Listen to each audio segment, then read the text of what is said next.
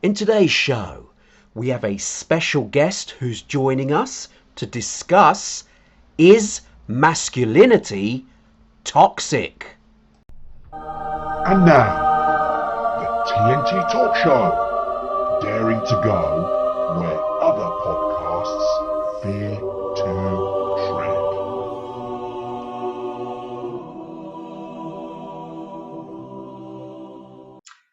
Hello, I'm Tony Fasulo and I share the stage with my esteemed friend and colleague, Tayo Boya. Tayo, hello my friend. I hope you're keeping safe and well. Yeah, what the hell, Tony? Hey, what you gonna do? Still here. Come on, be upbeat. Say something high and positive to our audience. I know, audience. So listen, audience, I'm not going to tell you a joke today because Tony says that I mustn't. But really, you have to blame Tony for this. I had a whole bunch of wonderful jokes, and he says that in honor of our guest, I shouldn't tell my jokes. So if you don't get a joke, it's Tony's fault. We will both be cringing again if you give us one of your jokes, Tayo. But anyway, as Tayo has mentioned, we are very, very blessed. We have Oliver Marcelle with us today, and I'll give you just a one-liner and I'll ask him to explain what he does, but he's got a wonderful, wonderful background. He helps individuals on the relationships of their dreams. Wow. Oliver, please elaborate more for us. Thank you so much, gentlemen, man. It's a pleasure to be amongst great men. So thank you for allowing me to sit in this space with you. Yeah, I help people build the relationship of their dreams, both personally and professionally. I'm an author, speaker, and coach in the relationship building and men's empowerment spaces. And so do some coaching, do some speaking in the area of building relationships, typically in the personal space. So romantic relationships tends to be our niche, if you will, but also some of that stuff is transferable in the corporate space. So working with small teams from time to time. And then I wrote a book for men. And so I'm really passionate about men's development and just seeing men win in every area of their lives. And so I lend my time in that space as well. Fantastic, fantastic. So we have got, hopefully, the audience are in for a treat today because our subject matter is masculinity toxic? And obviously that's not something that we've come up with. It tends to come from the females out there. So we're going to discuss that, whether they have a point or not, and whether we agree or not with that point. So Tayo, I want to bring you in first because you're quite vociferous about this. So do you want to kick us off? Well, as you know, I troll the internet and I end up in some really dodgy corners of it. And I get involved in heated arguments and just in general. And I keep coming across this idea that some people are saying, and it's not actually women, by the way, not just women, it's feminists and their male, what would you call them, companions, if you like, or supporters, I think is a better way. So it's feminists and their male supporters who say that masculinity is toxic. And now, there's this organization, which I've spoken to you, Tony, about before, which is called it's not an organization, sorry. There's this, it's very difficult to say what it is, philosophy, men going their own way. It's MGTOW, MGTOW, men going their own way. And I count myself a MGTOW. Okay. Right? Do you want to elaborate what that is exactly? I mean, Oliver, could jump in, please, if you feel you've got counter arguments here. Don't be shy. But just jump in anytime. Yeah. But what is that for the benefit of someone who's listening to this for the first time and not understanding what that actually means? Men going their own way is a reaction to being told that top masculinity is toxic. It's a reaction to a gynocentric society, which is Western society. Western society is now a gynocentric society, is now tilted highly in favor of the female to the detriment of the male. Now, look, one thing about it is that MGTOW are called misogynists. Right. And for myself, as you know, Tony, if you call me misogynist, I don't deny what I say, and so what? But actually, the MGTOW would say that they're not misogynist, that basically what we want, what MGTOW probably want is equality, true equality. It's like one person's rights should not come at the expense of another person's rights, you know? Women's rights should not be at the expense of men's rights, and vice versa. And I think most MGTOW just want to defend themselves in an environment that they see as hostile. So there is no one single pathway that will, you know, applies to all MGTOW. There's no such things. It's you going your own way. So how can I define for you which way that is? If it's your way, you go your way. You deal with this situation your way, but there are commonalities. Okay. And What's yeah. interesting? What's interesting about that is in the space that we live in now, especially because I'm in the men's space, it's a very tricky space to navigate, because just like what you described, right? That group, and I agree with you to some extent. That group just wants to be seen and heard for the things that are important to them. And it's funny because in the space that we're in now, as I kind of traverse this men's space, it's almost like if you are shooting at me and I shoot back at you in defense, I get labeled as violent. Right. I'm like, wait a minute. Wait a minute. You shot at me first. Yeah. I'm just trying to stand up for what is important to me. And I think that's what's happening a lot in this space. Now, are there individuals who are misogynist? Absolutely. Are there people who have an agenda that is, you know, backwards in their thinking, or it's, you know, malicious in nature? Yes, absolutely. But I dare say, and here's maybe where the controversy may come in. I dare say that there's more people who are just like, hey, I just want to be seen and heard and go my own way, than people who are like, I want to do this at the expense of what you want to do. Okay. But could it be the argument that, I mean, I'm going to play devil's advocate here. Could it be that women that bring up this idea that masculinity is toxic, could it be the fact that they've been on the end of the negativity for so long, and it's always been this way for generations, and now they've tipped the balance, but now instead of being equal now, it's doing this. So women are now up here, as you've already said, and men are feeling the brunt of being neglected, not being listened to, being affected. But the women that are raising this, instead of balancing it out, they're now moving the scales in the wrong manner. Am I wrong to assume this? No, I think you're right. I think that, yeah, it is. There is a pendulum shift in terms of it swinging in the opposite direction.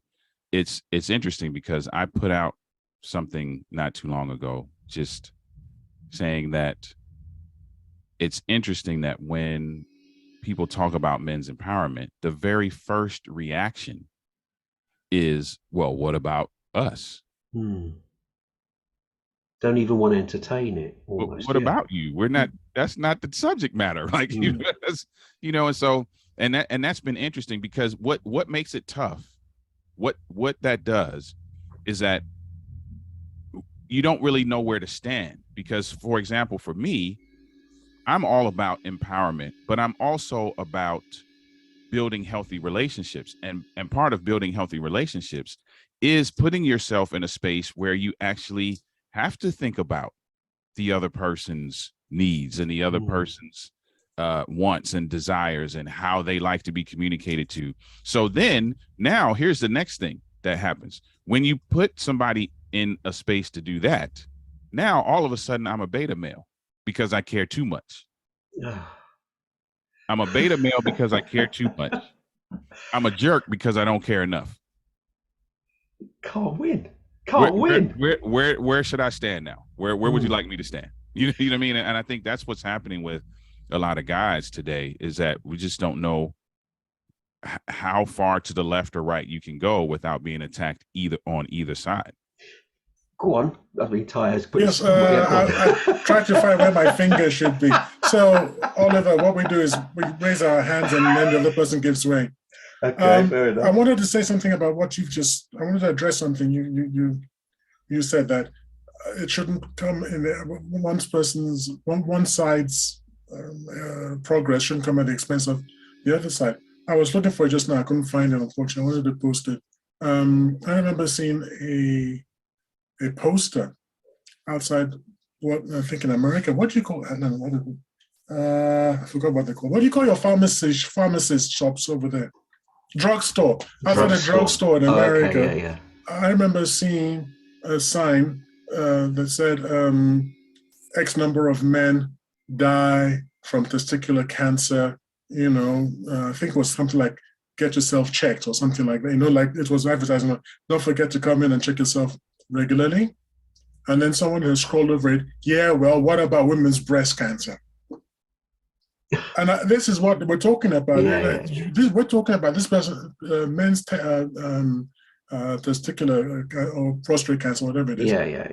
It shouldn't be one or the other.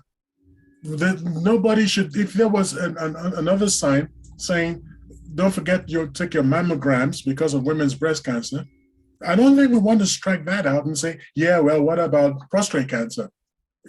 It's not one or the other. This is the thing. So when Oliver talks about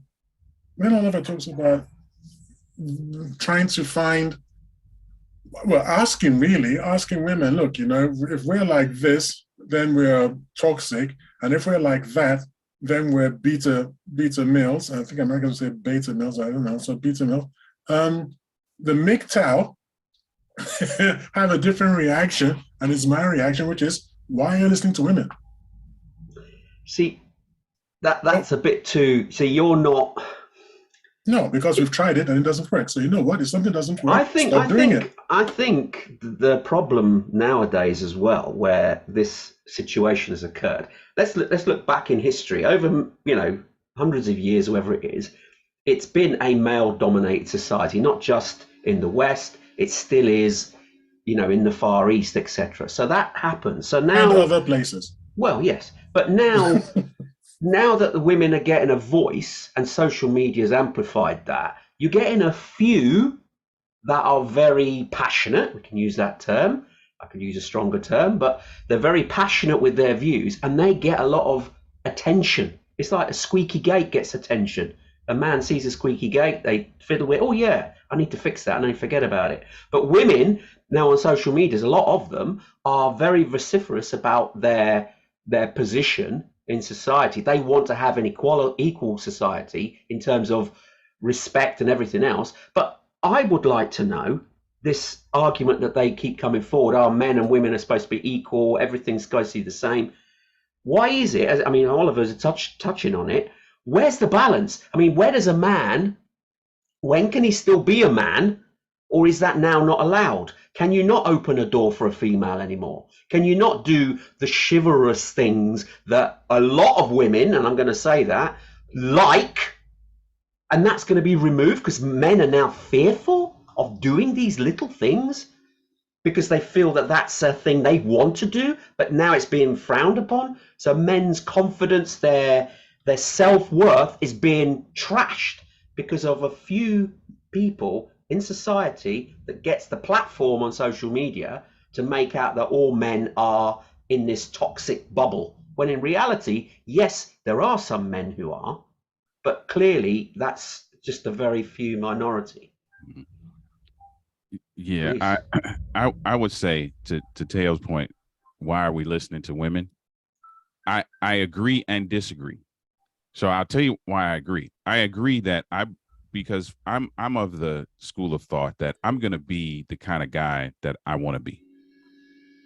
I've kind of made that up in my mind. So, and part of the work that I do with guys is really getting them to show up consistently in every area of their lives. So whoever you're going to be, you're going to be. And in that regard, you're probably at some point not going to listen to women because to speak to what you said, Tony, if part of you showing up as the best version of yourself is being chivalrous, then who cares?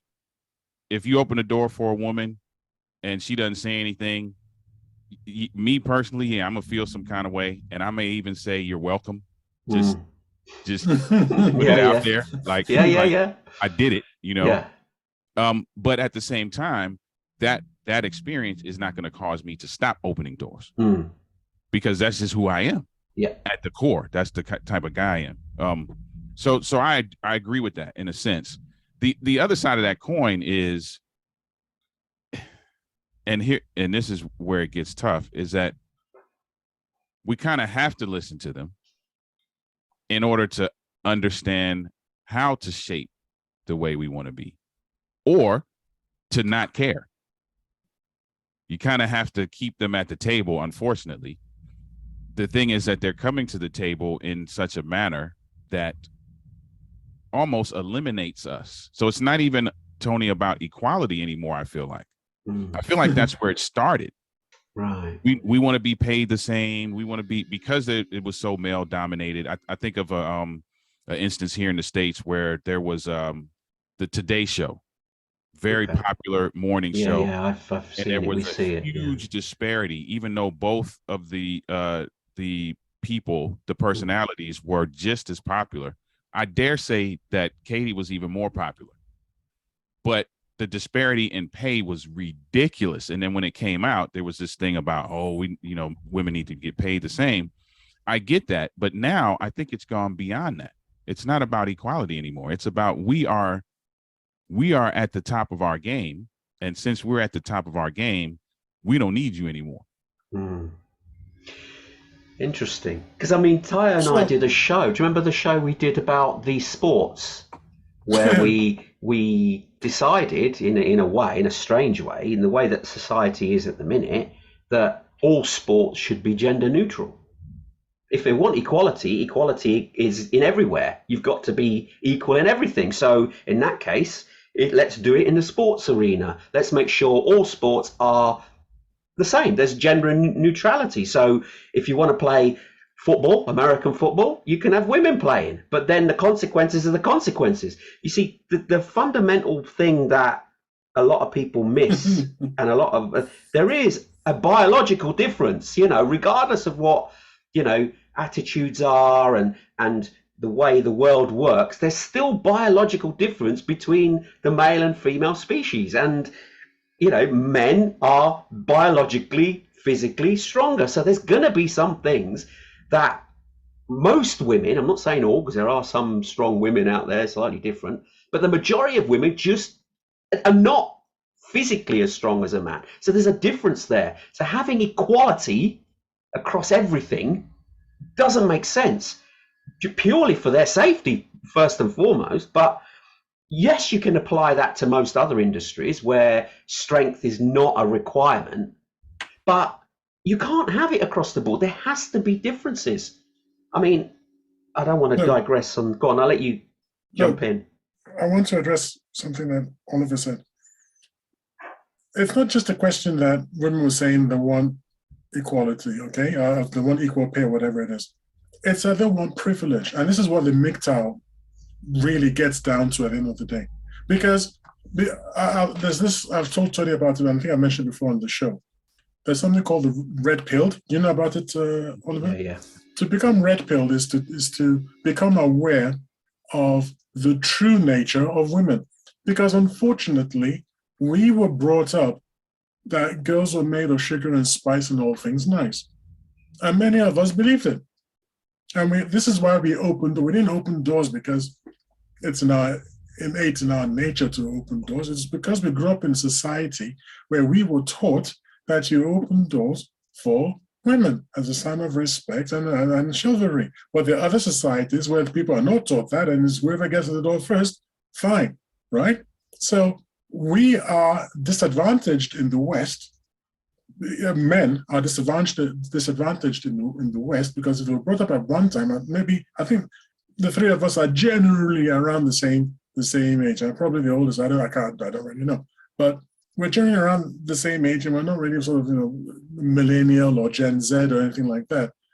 And we've got to take that red pill. We've got to become aware of what the MGTOW call maybe Manosphere calls the red pill.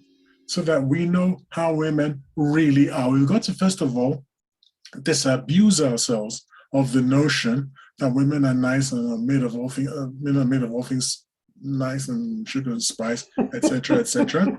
And we've got to start looking at women as just what they say they want to be looked at, which is just our equals, and just maybe with different biological equipment. That's it. So during our show, when I spoke about, do you know what? Let's just get away with all gender distribution in sports. Everybody just piling and do your best. And obviously they could start going, no, then it's Venus Williams, not Venus, Serena Williams was on a talk show and said, well, that's ridiculous. The first woman is going to be me. I think she was talking about herself.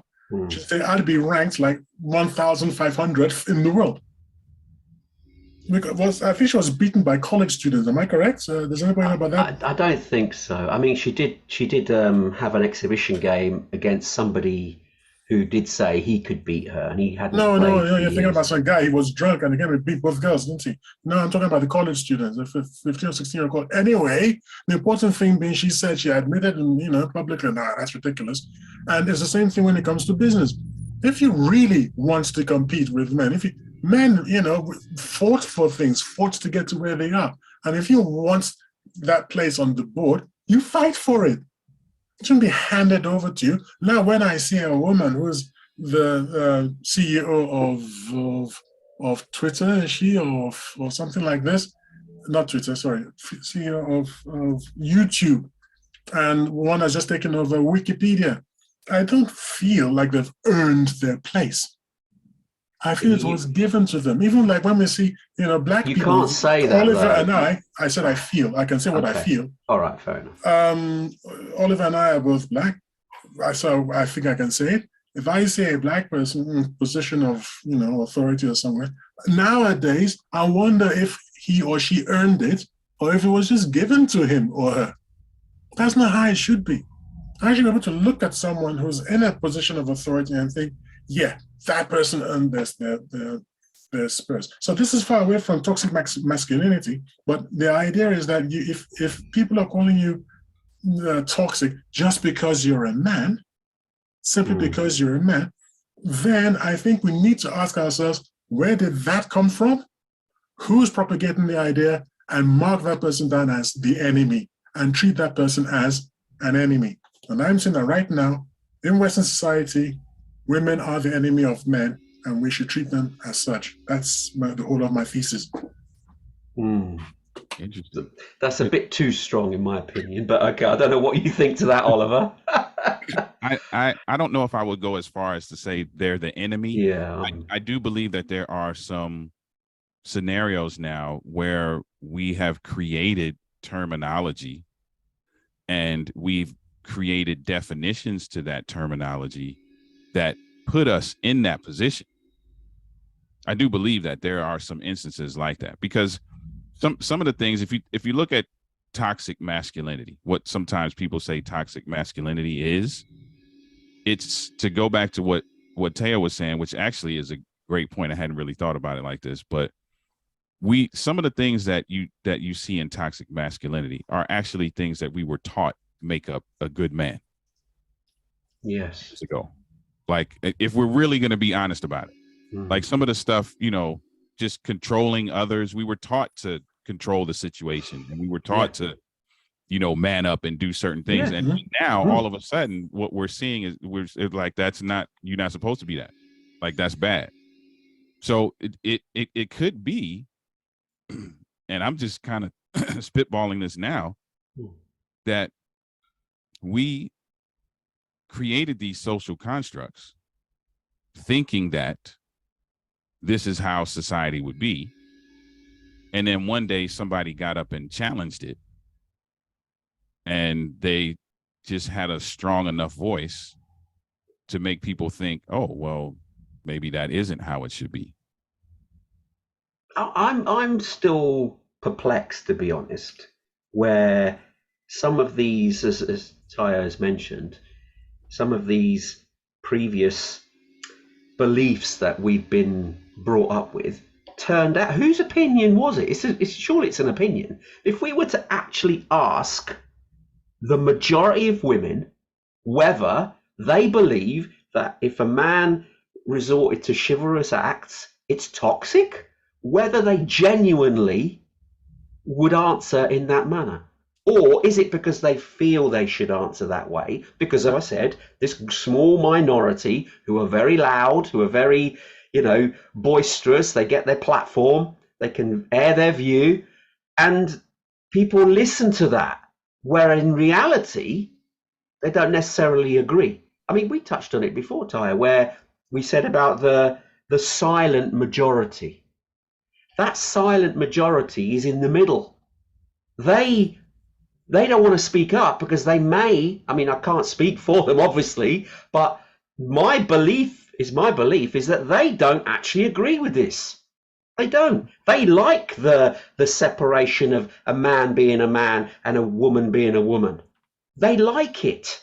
They don't want to express it because they don't feel that they should. But I think the majority actually believe that. They want a man to be a man and they want a woman to be a woman.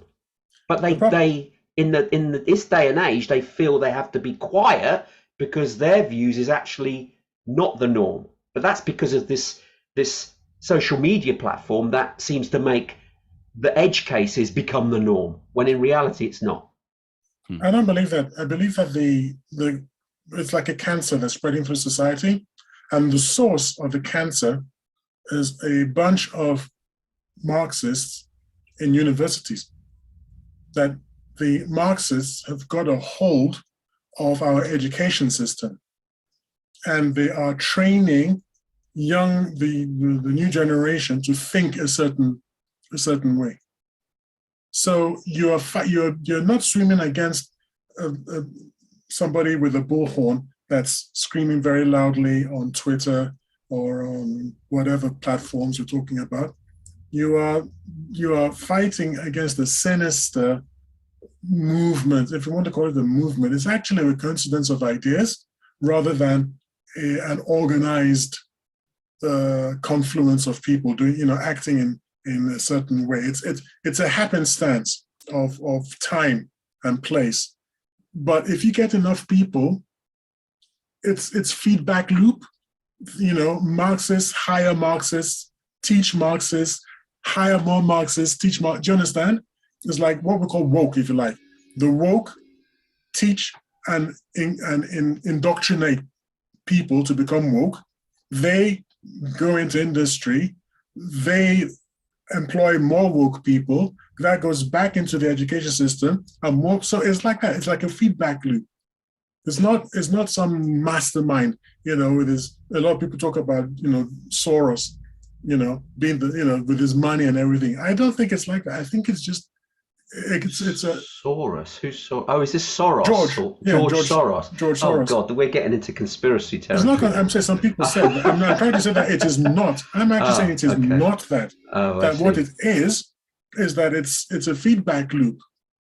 That is, it's a time and a place. It's just a time and a place. Doesn't that imply then there's some organization behind it? Someone who's got an agenda or a strategy in order to do this undermining at university? It can't just happen. Otherwise, it just can't. The Marxists, well, you don't notice. You are the same, Tony. Almost every episode, you tell us about the boiling frog, okay? You put the frog in cold water and you turn up the heat gradually. It doesn't know, it dies. You throw a frog into boiling water, it jumps out straight away. Eh? The thing is that with this Marxist thing, we didn't notice. It was gentle, it was gradual, it was one Marxist, and then another one, and then another one. And we were all, look, 20 years ago, we wouldn't have had this conversation. When would we have had this? How recently ago was it we couldn't have had this conversation? I don't think we're talking about 6 or 7 years. Yeah, I agree with that. I do agree. And I think I believe that it started with good intention. Right. Yeah, the road to hell. Exactly. I do believe that it started with good intentions, and then it just got blown out of proportion by individuals who could see that I dare say, by individuals who could see that there would be an advantage to swinging the pendulum in the other direction. Because if you think about it, and I'm going to, get controversial for some people who may be listening, I'm brought up in a faith-based environment. And so in that, you're taught, whether directly or indirectly, that there's a hierarchy as it relates to family, as it relates to society, that men are the leaders, that there's some level of submission that takes place. And that's been a dirty word for my whole entire life, but that there's some level of hierarchy. Then it was, this equality thing came up, and then people started fighting against that and saying, oh, I don't want to submit. I shouldn't have to submit. I shouldn't have to listen to a man or a woman. And I think some of that came out of I think as men, we can take the blame for some of that, because some of that did come out of men who took advantage of that position and was like, you got to do what I say, or they're being violent and beating on these women and that kind of thing. And so some of that came out of I just need to free myself from that level of toxicity. But then it morphed into everything is toxic. I put up a post on ironically, and I was a little bit upset about this because it wasn't me talking, but my most viewed post in TikTok is a clip of somebody else I put up. I put up a clip of this woman who was saying that she was basically, in a nutshell, saying that she is so intentional about making sure that her man is pleased sexually. That's the gist of what she was saying. Man, that thing got chopped up. I had people DMing me, how could you put that out there? That's the problem. That's creating misogyny. And no, the woman is saying that she loves her husband. Yeah, exactly. That's all. That's all she's saying, is that she loves her husband and she wants him to be happy. Oh, well, that's why men take advantage of. Wait, where are we going? How did we get here? Yeah. That's not what this is about, And so I think it has just morphed into this thing where you just label everything that way. Like misogyny really is somebody who is against women. So you can't. Oh, is that what I am?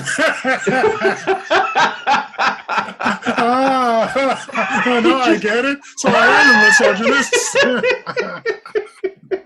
I didn't realize I was okay. I think that's a funny joke. No. Sorry, Oliver. Go on, carry on.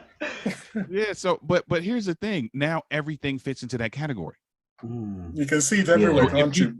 Right. Yeah. If you when you look for it, is that what you're trying to say? That if a wife trying to please her husband sexually is misogyny, then if a wife trying to please her, that doesn't even work when you think about it. That's just nonsensical statement. Doesn't. If a wife trying to please her husband is some kind of misogyny, how can it be misogyny when it's the wife doing it? That doesn't make any sense. Then is a man trying to please his wife a misandrist?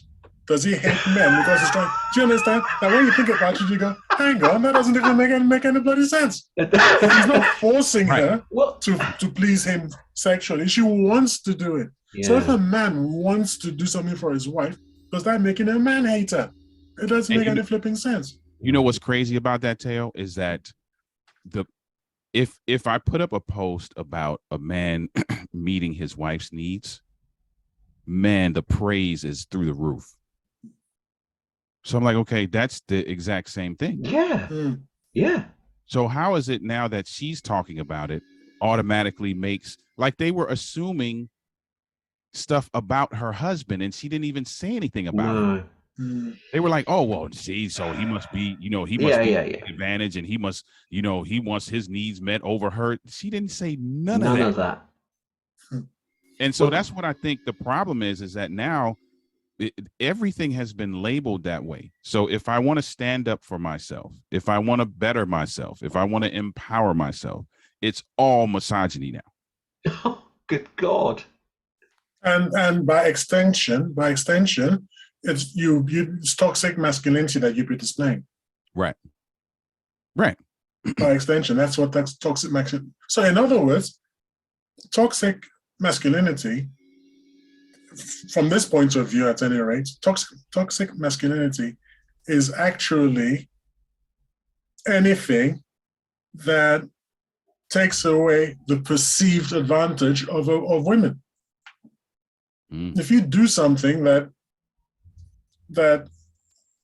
can be interpreted as taking away women's choices, that would be toxic masculinity. So opening the door for a woman is taking away her choice to open the door or not open the door, or have you opened the door. You've taken away her choice, and therefore you are oppressing her. I believe what's the expression? You're acting like the patriarchy or something.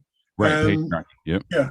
And that is a form of toxic masculinity. Here's a question. If I may jump in. So taking this, taking it further, because what we're doing here, we're understanding, as Oliver has pointed out, you put in a small bit of information out and people are filling in blanks around the edges based on their own opinion, background, but we're taking that as fact. It's not. That's the information, black and white in that statement. But taking this a step further, then imagine a scenario then where argument's sake, a female is being attacked by an animal or another person. The man can't step in anymore.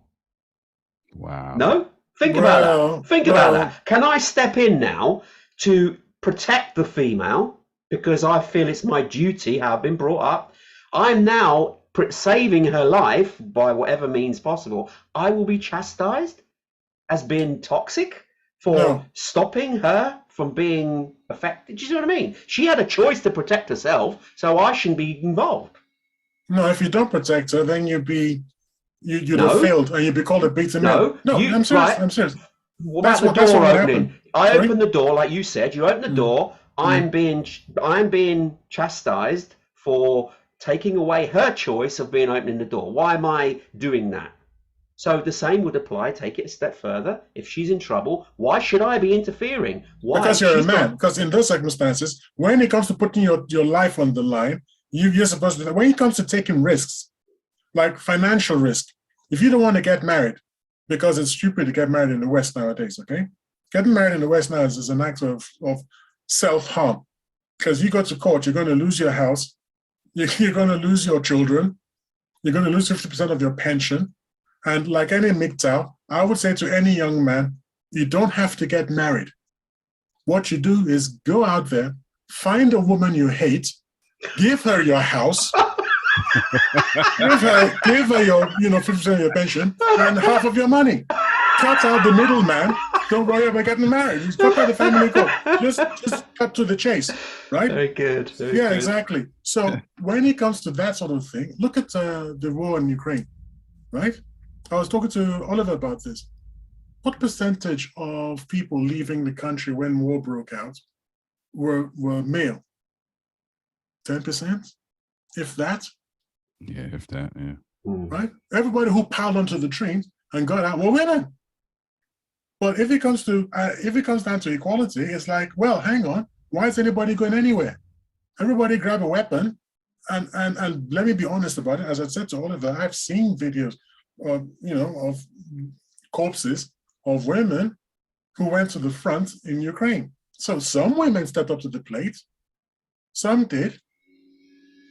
But when as soon as Zelensky, what's his name? Zelensky, as soon as his government was like, well, we're now going to mass mobilize women, all hell broke loose on the cyberspace. Woo, and then a lot of people coming back. Who's making that voice? Who are the ones complaining in cyberspace about what Zelensky did? Was it the Ukrainians themselves, or was it people sitting in the West moaning that that's not Ukraine? Well, then we should not be listening to them. But these are the same people in the West who are calling us toxic. Well, half of it is whether we should even be listening to social media. Just get on with your life. Do what's right for you. If you want to respect your wife, and which is the right thing to do so, and vice versa, equality there. But don't listen to Twitter sphere or whatever. They're just people voicing rubbish. We're giving them a platform to say nonsense, and we should be able to sort of look at it and think, okay, I'm going to take some, if they're balanced, fine. But if they're going to be extreme, I'm not listening to you. May I ask Why should Oliver a we? question? Sorry, let me finish. May I ask Oliver a question? Sure. In your, because it is a practice. Is it a consultancy or is it a practice? Yeah, it's a consultancy. It's a consultancy. Doing coaching. In your consultancy, what sort of percentage of, if any, it's not a leading question. Mm-hmm. What sort of percentage of people's problems would you say derives from this notion that masculinity is toxic, or at least from the atmosphere of it, if you know what I mean? Yeah, I get it. I would say honestly, almost half. Wow. Now, and here's the issue. The issue is it kind of speaks to what you were saying, Tony, is that we shouldn't be listening to social media. The problem, though, is that social media is shaping our ideologies. And so it's hard to not listen to it. Because even if I'm not a social media person, which I am, but let's say I wasn't, my clients who come to me are. So sometimes I get pushback on the things that we're attempting to get them to see because they are evaluating it against something they heard. Right. And so it's a lot of that. And so a lot of what we get, the reason why I say almost 50% is that a lot of our couples, they, their parents maybe gave them some of the value system that the three of us grew up under. Mm-hmm. But that value system is being heavily questioned now. A big one is about roles. So if I think about my parents, there's certain things my dad always did and my mom never did. Mm-hmm. It wasn't even spoken. It wasn't even like my dad was like, you're not going to do that. It was just how it was. That's how they were raised. Men did this, women did that, right? That's challenged now. Like, I can't be like, okay, this person cooks and this person cleans. This person cuts the grass. This person, all of a sudden you're like, hey, well, why I got to cook and clean? Why, And so there's a lot of that we fight against when all we're trying to get them to do is be a team. But in their mind, now there's these boxes, and all of these boxes have to look a certain way, and the boxes can't touch. But then to speak to what you were saying about, saving a woman who's being hurt, all of a sudden, when it suits the scenario, now I can be all those things. Yeah. Because it's to your advantage. And so that's where we see a lot of couples struggling, because I had a guy literally tell me, a husband literally tell me, he was like, I don't know what to do or say, bro. Wow. Literally those words. Like, I don't know what to do or say. Wow. The MGTOW red pill thing about it, why we say don't listen to women, is that women don't know what you should do or say either. And that's our proposition. You can argue the proposition, that's fair enough, but just don't shout me down. That our proposition is that women themselves don't know what they want, which is why you shouldn't listen to them. And our forefathers in this society at one point figured it out and stopped listening to women. And then there was happiness. But we tried to be fair. People started arguing, if I'm paying taxes, I should have a vote. Logically, you can't say anything. It's like, you're right. Yeah. So, okay, here's your vote, here's your voice. And then look at it now. All hell has broken loose. So I'm one of those ones going all the way back to, actually, it doesn't work. There's a comedian who says that men have got boxes in their brains. Mm-hmm. And there's a sports box, a house box, a work box, this box. You want to do something. You say to Tony, are you going to be in the office on Tuesday? Because Monday is a holiday here because of Her Majesty's funerals. Monday a funeral? Monday is a funeral, yeah. And it's Her Majesty's funeral. So Tony opens up his work box and he's got a calendar that says, Tuesday, I'll be in the office on Tuesday. Women have got a ball of string. And you can't pull a work string because it's attached to a kitchen string, it's attached to a that string, and all these strings, and she's got to make all these calculations. And she's got more, maybe that's what I say is intuitive. That's why they say women are intuitive, because things are connected to other things in ways in which they're not in the brains of in the brain of a man. So in effect, we are not treating ourselves fairly. Either gender is not being treated. We're not treating women fairly, and women aren't treating us fairly, because we're just not dealing with the reality. We are dealing with what we would like it to be, not what it really is. That's interesting.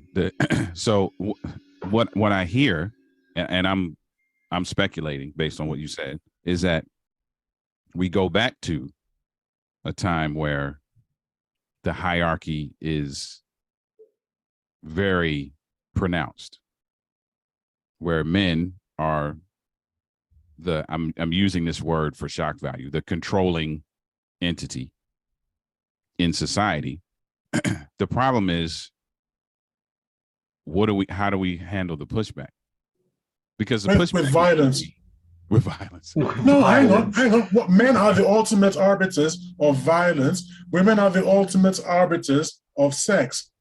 That's just how it is. That's the reality. We can dress it up any which way we like. Unless we're going to actually sort of legalize rape, and I don't think anybody has ever, in any society I can think of, has ever done that. Unless we're going to do that, then basically it comes down to men go to war, women have children. And that's it. That's every society that's ever been and ever will be, until science can somehow make men have children, in which case women are done for. Because I don't know if people are going to call me homosexual now, but that's okay. I would rather have a guy who can have children, because we'll understand each other and we'll get on like a house on fire. Do you understand? Do you know just a bit of statistics I discovered when I was in Africa on a trip, that do you know about the Maasai warriors? Mm-hmm. You heard about them? Yeah, right. They never have any breakups of relationships in their recorded history. And it's because they actually forbid the men and women to actually stay under the same roof. What happens, seriously, how it works is they have in their villages that they create, they have whole sections just for men, and that's where the men sleep. They have whole sections for women, and when the children are young, when the male boys are young, they stay in there because they're nurtured by the female. But then when the child gets to a certain age, a child chooses where he wants to go, and the boys, because of tradition, they will go over to the men's encampment, and that's where they stay. And then there's a third area that's mostly empty, and what happens is a man will arrange via certain individuals to arrange a meeting with a particular female. The female and the men then meet centrally, and then they go to the third building, do what they have to do, and then they come out and go to their separate places, and there's harmony. They have no problem.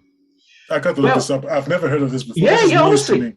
Wow. And they never have a problem, because they've worked out long ago that when you put two of the opposing species together under one roof, which seems to be the norm now, it causes conflict. So they keep them separate, and it seems to work.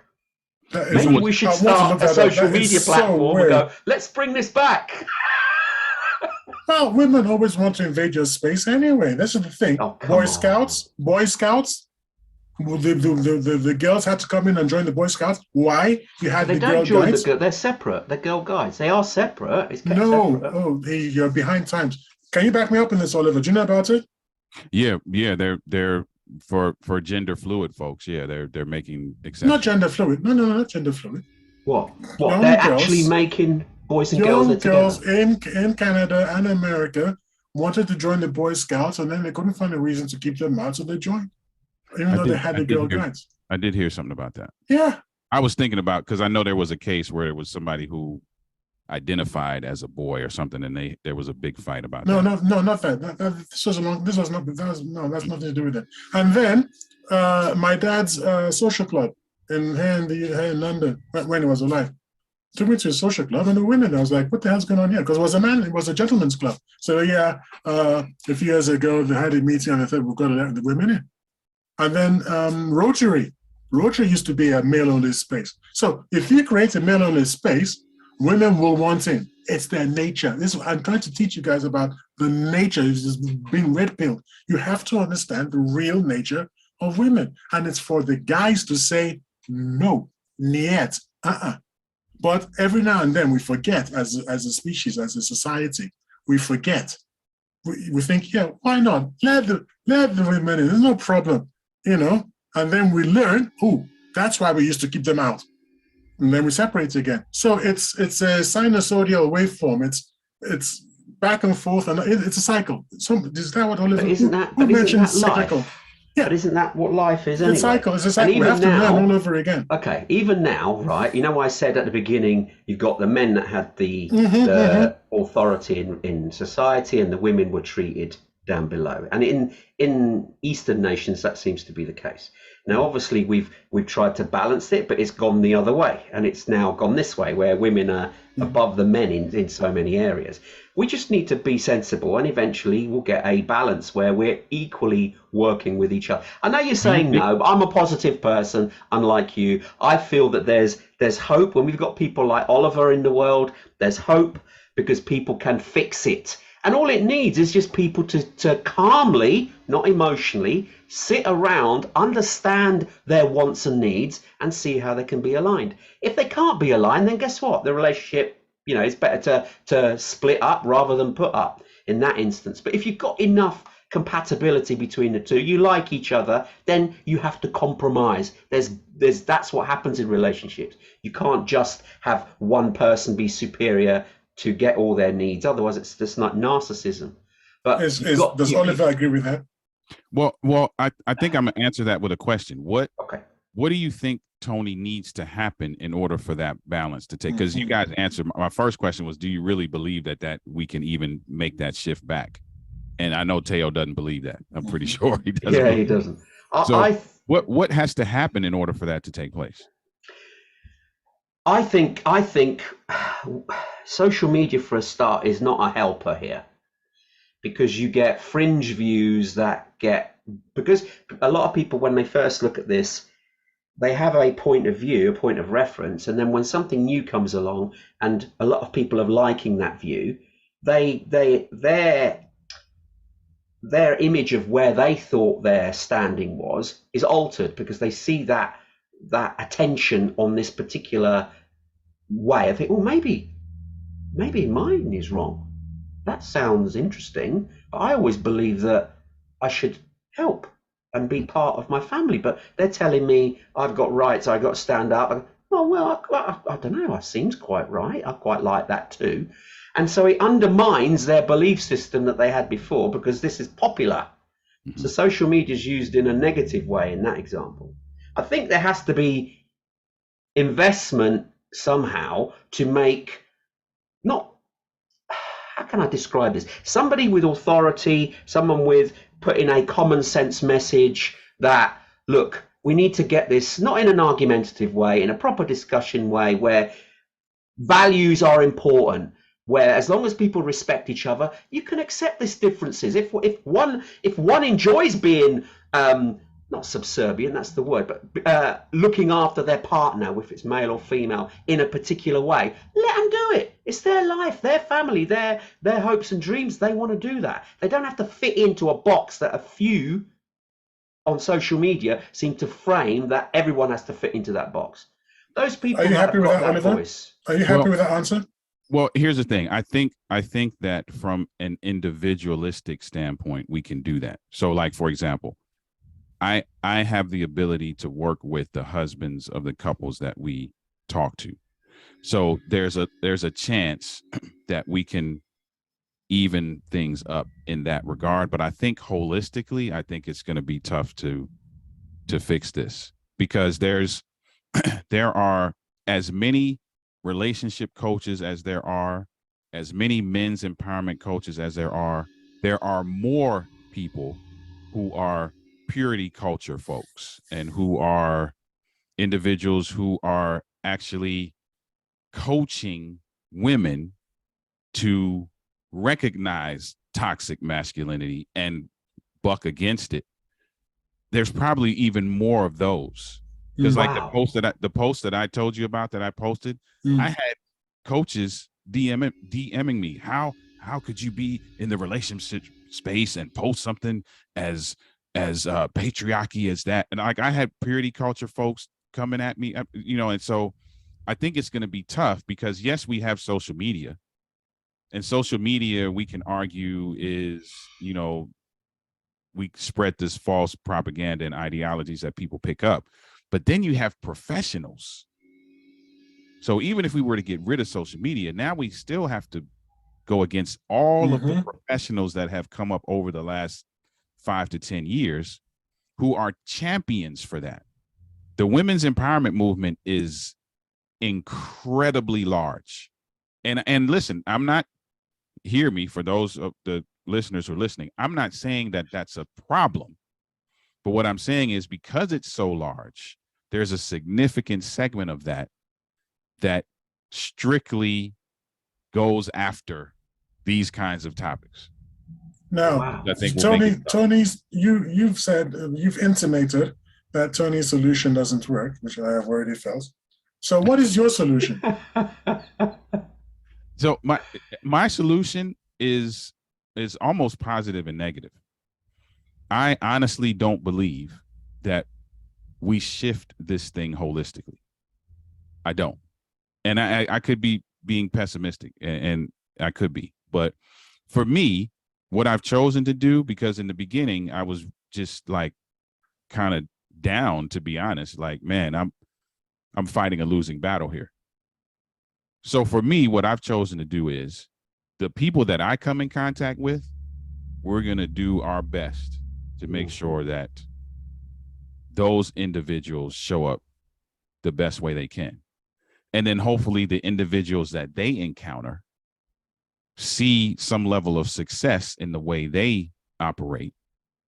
And there'll be that little trickle down effect. But I don't know that it becomes a societal thing. That's just me. It's so, and I guess because I'm in the space and I see how much how deep it has gone, how deep the rot has set in. So much pushback. You know, for me, I'm like, I don't know that we come out of this, except for just if the three of us become the type of guys we want to be. And then if we have 2 or 3 guys in our circle that look up to us, maybe we get a little ripple effect in our respective communities. But from a societal standpoint, if we, argument's sake, just very quickly, sorry Ty, I'll let you jump in, but if we set up a big arena and we titled it and tried to encourage men to go back to their basic values, we would fill it. The media would jump on board. We'd get some people against us, but you know what? If it could be done. I'm ever positive. I'm positive it will win in the end. That's me, just me. Go on, Tyre. You're negative. I know. Go on, carry on. It's not a question of being negative. It's just a fact. It's pragmatic. What I am is I'm always pragmatic. I try to be always highly pragmatic. Both of you are going to fail. You're both going to fail because historically, people like you have always failed. We can look back at history and we don't see anything. I can't see anything that you are suggesting that hasn't been suggested or tried before. The failure of this society is inevitable. Nobody can stop it. Tayo can't stop it. No one here can stop it. If you try to get a big arena to be painted as a misogynist group of men getting together and spreading their hatred, and you wouldn't be able to get it onto media, social media. You wouldn't get it onto what's it called, MSN. What's MSN again? Mainstream. You wouldn't get it onto mainstream media. PayPal will be blocked. Nothing. You won't. Your voice would be stamped out. You can't do it. The only way you can do it is to do it the MGTOW way, which is for you yourself to stop listening to women. Get red pilled and stop listening to women and protect yourself. That's it. That's the best you can do, because this society is going to fail, period. Because every other society before it has reached this very stage and it has failed. I shared a book with Oliver Marcelle. I shared a book with him. He probably hasn't had a chance to read it all. J.D. Unwin's Sex and Culture, 1934. Do you know when Did the you get the problem book, with... Oliver? I did get it. Yeah, but it's very, and you got to get through 300 pages before the guy gets to what we're talking about. So the first 320 something pages, you're probably thinking, what the hell is Tyler going on about? And then he finally gets around to say and talking about the kind of things we're talking about, where he goes, this society failed because of this, that, and we see it. We know exactly where we are on the bell curve. We know where we are, and it's inevitable. The downward slide, it's like we've already crested the wave. We've already crested the hill, Tony.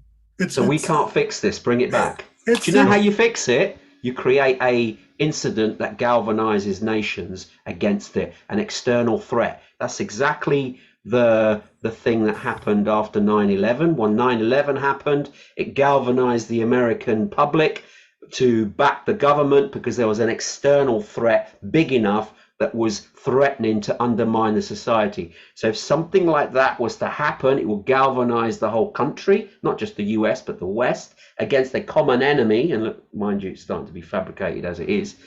You galvanize people on one cause where they work together, put their differences aside, and they actually work together. And if that happens during a long enough period, those people are working together, realize actually we don't actually dislike one another that much.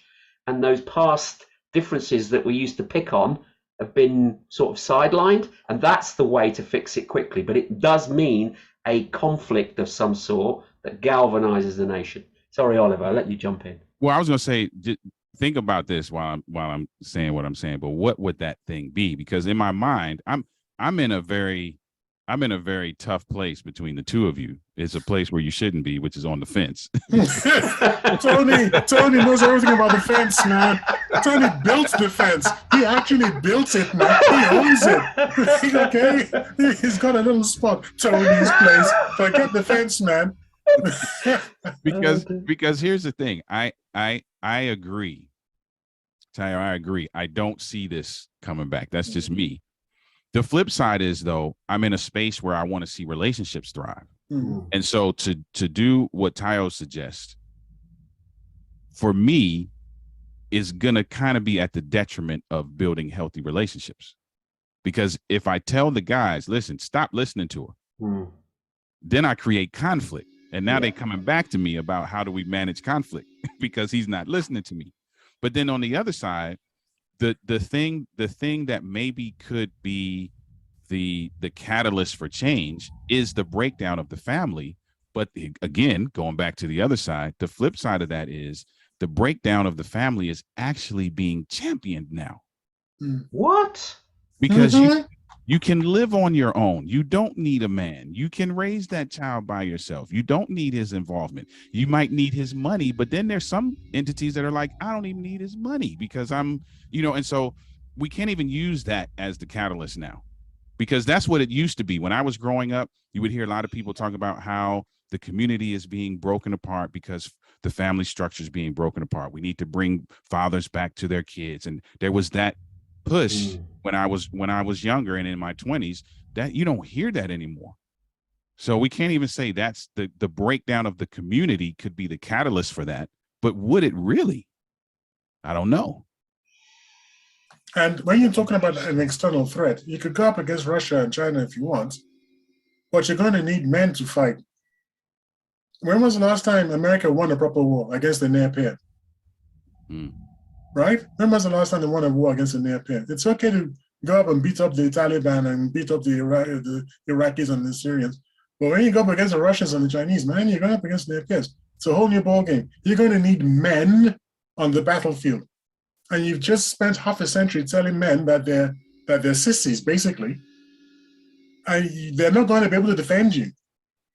So you've got to pick your enemies very, very carefully. And I don't think that you've got that kind of level of granularity, especially now that you've gone and peed off Russia and China and India, and they're all getting together in the Shanghai Cooperation Council, whatever it's called, and everything. And they're getting together and they're building a separate world order. So the window of opportunity, and then on our side, We've got Liz Truss, God forbid, who doesn't know Stop. what she's talking about. And then you've got Annalena Baerbock in Germany, who just said the other day, I don't care what my voters think, she said, into a microphone on national TV, right? And you've got Biden who's shaking hands with the empty air, man. And you've got to ask yourself, where are we? It's crazy. Society, el caputo. So here's the thing, Tony. Yeah. Here's the thing. I believe that what you're saying can happen, but I don't think it can happen in a societal standpoint. I think that there are communities that can band together and create that. Now, they run the risk of the fringe looking at them as cultic or looking at them as, Civil War, some kind of crazy society. But I think it could be done in pockets. Okay. I'm pretty sure we're getting close to the end of this episode now. But yeah, Tony, we are actually, I want to ask Oliver something, because we had a very interesting show almost 2 years ago now, when I said I believe America is facing another civil war, and Tony was like, nonsense, right? Well, you're here, you're American. Where do you live, by the way? Just for our folks to know, because if they want to get in touch with you, I suppose we can put all that in the blurb. But very we quickly, can put that in the blurb. But if they want so to get in touch with you. I am on the East Coast of the United States. I'm in Maryland. So just for context, I'm about 45 miles or so north of Washington, D.C. Oh, right. Okay. So that's not too bad. Right. All right. So how was I talking nonsense? I mean, I'm hearing a lot now, people saying America isn't that far away from another civil war. So this idea of at communal level, forming something that distinguishes that community from others and says, look, this is where we are, and brings members of the community together. I think right now that would be highly dangerous. You've got the FBI running around saying that if you voted for Trump, or if you were in Washington on the 6th of January, whatever, 2020 or 2021, that you're worse than Al Qaeda. You can't do it now. Am I wrong or am I right? Over to you. No, I agree with you. I believe that it's happening in pockets, but there is definitely considerable pushback, because that's now looked at as a sect more than it is looked at as empowerment. Wow. I think as that spreads, then yes, we are definitely in danger of something coming up, because what Trump did was Trump allowed individuals to really be confident in who they were in private. They allowed them to be confident in public. And so now you have people who are trying to band against that ideology to protect themselves, but those folk look like they're segregating themselves. And so it's just this hodgepodge of misunderstanding and miscommunication, coupled with individuals who are very adamant about the fact that we hate you for whatever reason we hate you for. And so, yeah, I do see the danger in that taking place. Okay. Wonderful. Okay, I'm mindful here that time is reaching the end of the show. So can we do a final sum up then?